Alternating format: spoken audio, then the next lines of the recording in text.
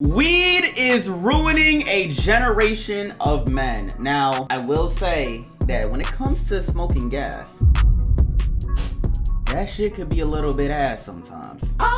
Now, the only reason I say that is because, like, the side effects are just too great. And then people also pick up bad habits. So let's start with the side effects. You could be paranoid, you could be anxious, you know what I'm saying? There's a lot of crazy stuff going on, the economy, the comparison on social media, and things like that. All this stuff can feed into your anxiety, can feed into your paranoia. Like, this could make weed bad for you, right? And also, people have bad habits, bro. Like, people will do dumb ass shit like wake and bakes.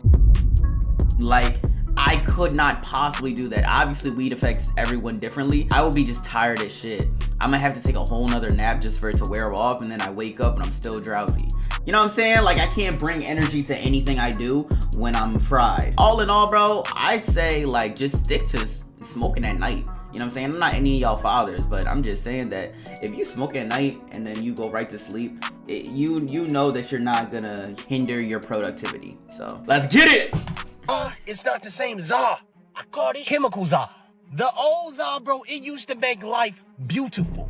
You'll go to the park. 4 to 5 blunts a day, honestly.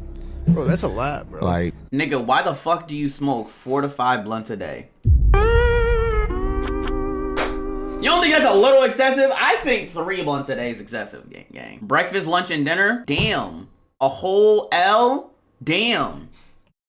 Like, I can't even face no shit by myself, bro. Nigga, you just get fried too much, bro. Real productivity is ass. You know what I'm saying? People say, weed don't make you lazy, you lazy. No, nigga. Weed make you sleepy. Weed make you stupid. Weed fries your brain. Like, it's just... like, it's not good for you. You know what I'm saying? And neither is alcohol. Obviously, if you're not drinking on the weekends, if you're not drinking in the morning, if you're not drinking in the afternoon and stuff like that, then you can be fine. Everything is fine. Because you're doing it for fun when it's fun. Instead of doing it every day or doing it to eat or doing it, you know what I'm saying? Like, on days you need to be productive. I am way too high. Damn, why I'm this high. I remember growing up seeing those commercials saying, don't do meth, stay away from meth, don't do drugs. Or even those cigarette commercials with the lady that had to talk like this with the device at her neck. Yeah, I mean, because she smoked cigarettes. Some of y'all may be too young to remember that stuff. But commercials saying stay away from drugs was a really popular thing back in the day. But weed is a drug that people have learned to love because of the calming and happy feeling that you get when you smoke a blizzy. But recently, people have been noticing that weed don't really give the same feeling that it used to. Check this out. We all understand this czar is not the same czar. I call this shit chemical czar. The old czar, bro, it used to make life beautiful. You'll go to the park with your partners, spark some czar, and damn it, my brother, you're living great. Oh, this new czar? Oh, this new czar make your ass a different person. You fucked up, you can't think. At least you can't think about shit that's gonna help your ass. You just think about all negative shit. Nigga thoughts beating your ass. It's all negative. You ain't good enough. Yeah. That nigga finna crush you. Hey, bro, it's like you borderline skits, bro. This not no game. If nah, you facts. in that shit and you starting to feel, hey, this shit ain't really giving me that same feeling it used to. It probably ain't the same shit. See, I did 10 years in the military, so my days of smoking has long been over. But I had my moments in college. I mean, I was never one of those stoner dudes. But I remember back then just being amongst friends, and it would just be a whole lot of laughter, a whole lot of joking. But it seemed like nowadays, these dudes be so mellowed out to the point they walking around like zombies. I have family members that still smoke, and every time I'm around them and they're high, it's like I'm talking to an empty vessel. Like, they walk around like zombies and stuff. I'm like, yo, like, what is this weed doing to you? Like, dang, no more laughing, no more giggles. You don't want to tell a joke or two? I used to joke all the time. This new age weed got y'all walking around stuck. I hate when people... Facts. And it's like, I don't want to say that it's weed itself, because I doubt that they really did anything different to the weed. But if they did, then that would make sense too. But, you know what I'm saying? Let's just pretend for a second that there's no way that they did, right? Let's pretend for a second that there's no way that they did anything to the gas. I think that it's just the morale of today. You know what I'm saying? Like, I remember when I got fried for the first time, I was just laughing, I was having a good time, and things like that. I had no care in the world. I broke up with my girlfriend, I was single. Like, you know what I'm saying? I really didn't have much care in the world. I was in high school.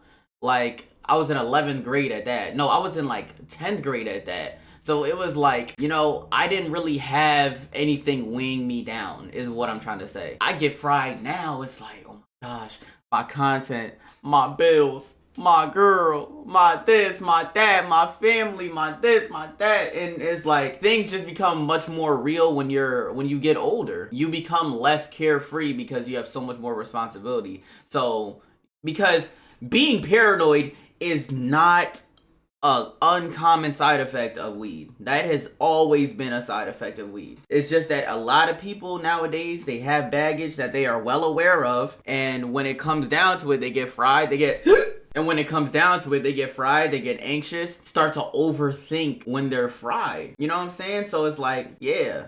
Or it's like they just chill and mellow out and like, you know what I'm saying? They're just in their own head, hyper thinking. It's like, maybe it is something with weed, I don't know. But ask me like, how do I cope with pain? Cause bitch, I'ma always say I smoke. Like, people might not realize, but bitch, weed and bitch, like, it's like, I don't know, it's like smoking just didn't help me out through so much. Like, bitch, it done got me through the roughest time. Like, I don't know, like, it's like you just can't explain it. It's like an undescribable love. It's like an undescribable internal peace that it gives you. See, here's my problem with people that use weed to cope, or any substance for that matter, whether it's drinking or smoking. Although the problem disappears while you're high or you're drunk, what happens when you come down from your high? Now you're sober and you're sitting there like, dang, I got really bad anxiety. And it's coming from unchecked traumas and experiences. You never really got a perspective shift on it. You never really healed or created some type of understanding through it. You just coped by smoking. So you ain't have to feel the anxieties, you ain't have to feel the pain. So because you're not actually addressing the issues that you're experiencing throughout life, once you're sober, all of those things hit you, all of those emotions and feelings hit you. So the cycle continues because you don't like the feeling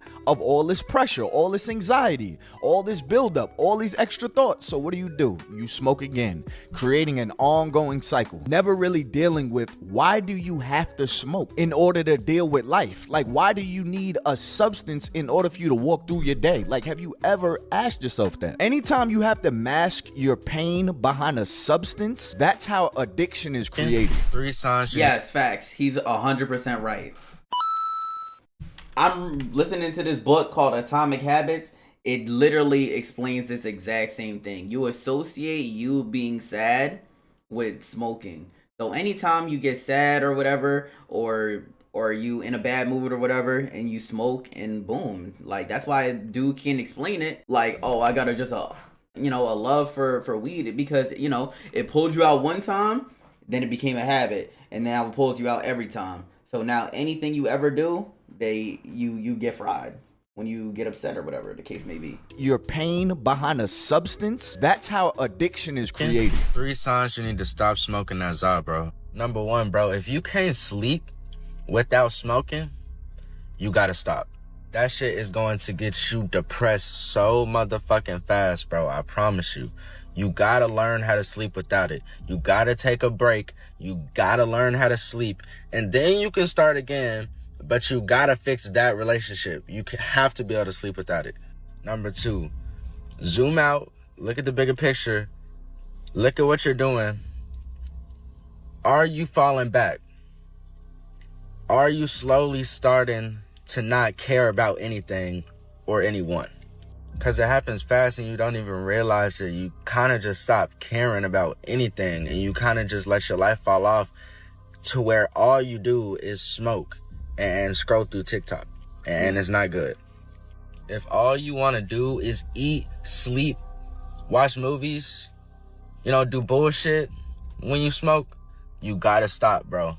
Facts. You gotta stop. You gotta be productive. Facts. You gotta be productive. You gotta do something with your life, bro. Lock in. Facts. That's the exact word I would use. This little kid shit don't last forever, my nigga. You grow up. You grow up. You need to grow up.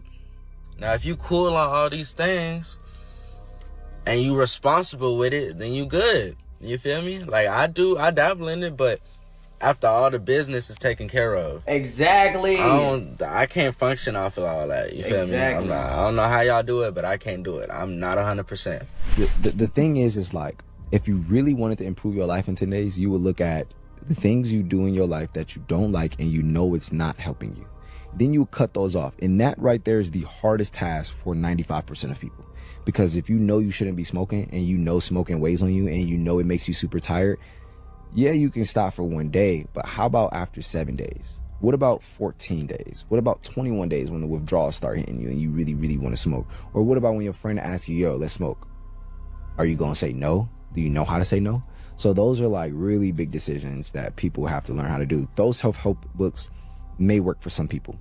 I'm not saying it doesn't, but I also believe there's a common core foundation that every person who really wants to change their life should look at, and that's discipline, learning how to say no, and contributing a lot of their time to doing things that they don't want to do. But y'all do me a favor. So look, I ain't gonna lie, there is this, like I said, the book I'm listening to right now, Atomic Habits. One of the first things they cover in that book is how to say no, how to change your identity to the person that you want to be. And let me explain this really fast. Basically, if I'm somebody who wants to stop smoking, I have to be like, I don't smoke, instead of, oh, I'm trying to quit. When somebody asks me, oh, you trying to smoke? You trying to come out and smoke with us, bro?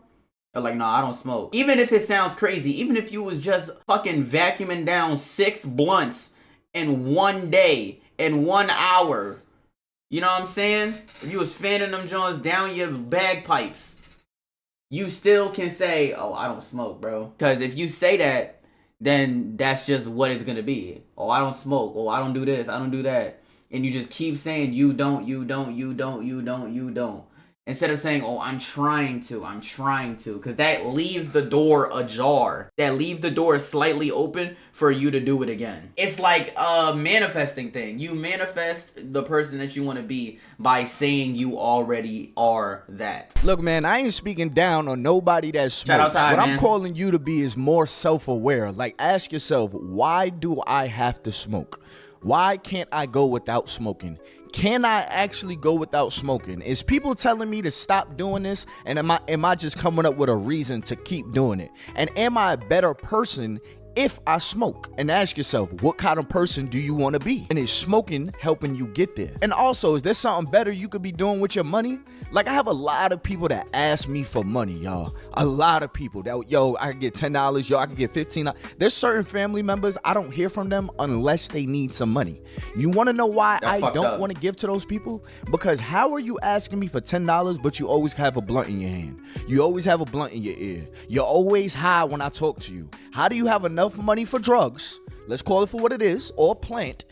But you don't have enough money to possibly put gas in your car. Facts. If you are buying drugs instead of making sure you have enough food in your refrigerator or making sure you have enough gas in your car to get to work this week, if you rather buy drugs, to me, you're an addict. And now I don't feel bad for you because you have a deeper problem. And me giving you money, I honestly think I'm gonna just feed into your problem. Yeah, but facts. being high and broke is an oxymoron. You should not be both, because that tells me that you're rewarding yourself for doing no work. So you're chasing a temporary good feeling instead of earning good results out of life. Like, think about it for a second. If your brain knows that it can be satisfied just by rolling up and smoking a spliff, of course it's going to be hard for you to push yourself in other avenues in your life or even Facts. being consistently productive. And I know some people will argue saying, oh, weed is not really bad for your health and stuff like that. Weed is bad for your dopamine receptors. It's giving you a sense of gratification for something that's not actually bettering you, which is handicapping you from using your dopamine to actually conquer stuff in your life. And while I'm this high, Wow, that's 100, bro. I promise you, if you bring me down, I swear I won't smoke again. I don't want to die. I don't want to die. I don't want to die. Boy, yeah, it might be on that changing. I am way too high. And while I'm this high, God, And it's like, when this starts happening, it's like, imagine when you're not laying down and this is happening. Imagine you're not laying down and you're having this anxiety attack, you're having these intrusive thoughts when you're in a crowd of people. Imagine you're doing this on your first date. Imagine you're doing it like your first date with a girl you do not know. Now it's like your spidey senses start tingling. oh shit, she could be trying to lie me. Now I'm paranoid. Now I want to go home. Now I want to drive off. Now I'm acting weird. Now I'm doing this. Like, you know what I'm saying? I'm not saying don't smoke ever. I'm just saying treat weed like alcohol. If a nigga brought me out and asked me, was like, yo, bro, you trying to get fried, bro? And it's 8 a.m., 11 a.m., 12 p.m. No. It's Tuesday. Like, use it as something to unwind. Not saying you can't smoke every day. Sure, you can smoke every day, but do it before you go to sleep. You know what I'm saying? LeBron James drinks wine every night. So if he drinks a glass of wine every night, which is alcohol, which could get him drunk, he uses it instead to wind himself down. And you could do the same thing with weed.